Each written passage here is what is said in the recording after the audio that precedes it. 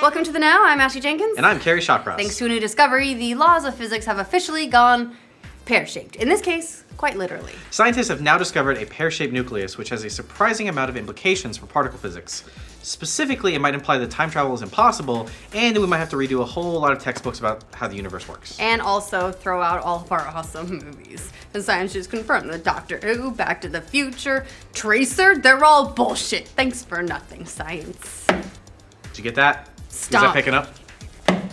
It stopped very well. The paper discusses the findings of an international group of physicists working with the University of West Scotland, who found the nucleus of isotope barium-144 is both asymmetrical and pear-shaped. Which is apparently a really big deal because most of our understanding of the laws of physics has to do with the concept of symmetry. So hope you guys are ready for some hard science, because we're about to do it. We're all gonna learn here. Yeah, all together. Ready? And symmetry dictates a number of things in our big, dumb universe, and a couple of those include the shape of an atom's nucleus, as well as the dispersal of matter and antimatter in our universe. Let's hit up that last one first. It's generally accepted that at the start of everything, the Big Bang kicked up the same amounts of matter and antimatter simultaneously. But the problem is, our universe doesn't really reflect that.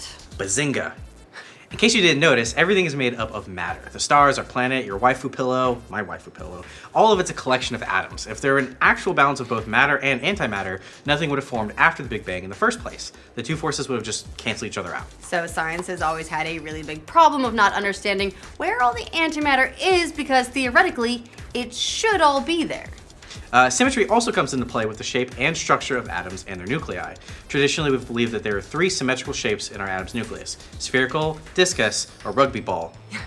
Rugby. Not football. I always knew I loved rugby. Yeah. The shapes are made up by the dispersal of the change around the nuclei. As far as we've observed, this always happens symmetrically, so it's a big part of our fundamental theories about the subject. Only now we've got a fourth shape, one that isn't symmetrical at all, which means that the charge has aligned with the weight of one side of the nucleus, making it uneven. Which, again, is a total contradiction. Many of science nuclear theories and how the laws of physics are supposed to work. It's not... They all say symmetry's great. Yeah, but it's not, apparently. Or it doesn't matter. Who cares? It's not the first time researchers have observed a pear-shaped nucleus in the wild, however. Back in 2013, physicists at CERN noticed that the nucleus for the isotope radium-224 was also pear-shaped. So we knew it might be possible to find it again, and in fact we needed to find it elsewhere in the universe for the first finding to really mean anything, which leads us to this new discovery with barium-144, because otherwise it would have just been a fluke. Yeah, also 144 sounds way better than 144, so... Well, it's just 12 times 12.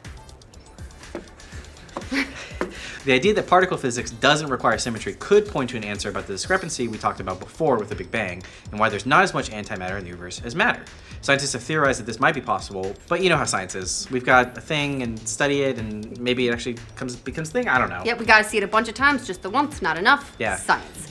So you saw the headline, you clicked the video, now you wanna know how all this affects time travel. That's really what we cared about too. That's why we learned about science, so we could find out about time travel. Yes. So it all comes down to symmetry as well, which is why we're spending so much time, leading up to that. Yeah, exactly. You gotta get all the info.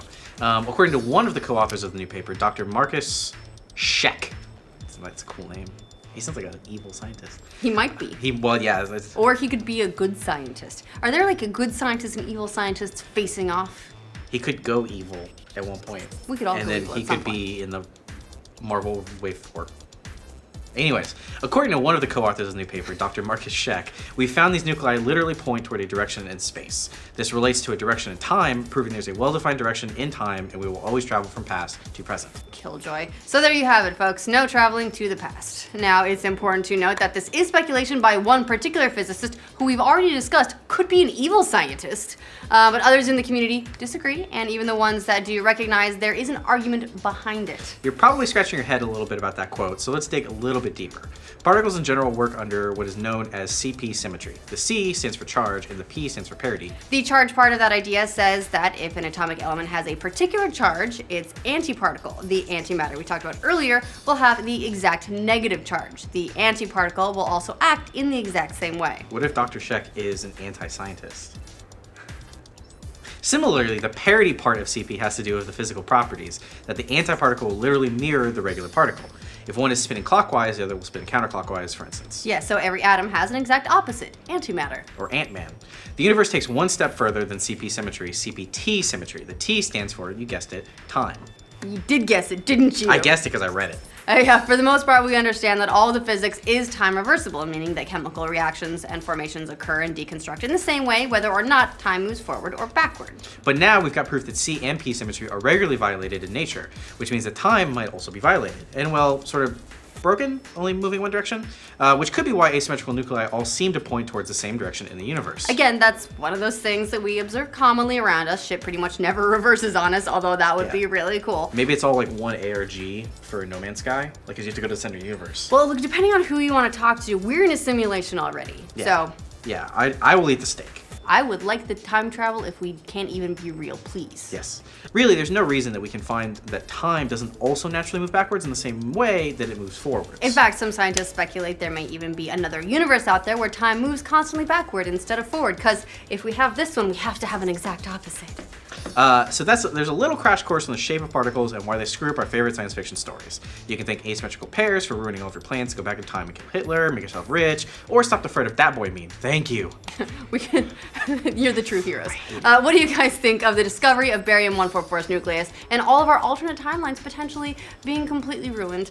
Agree with us in the comments. For future scientific... God damn it. Do you want to go back? Nope. Okay. For future sciencey updates like this video...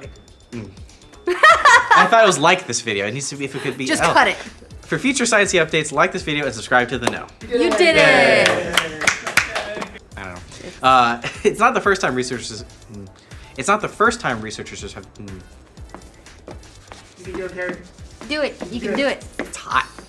You're hot. Well, I'm not.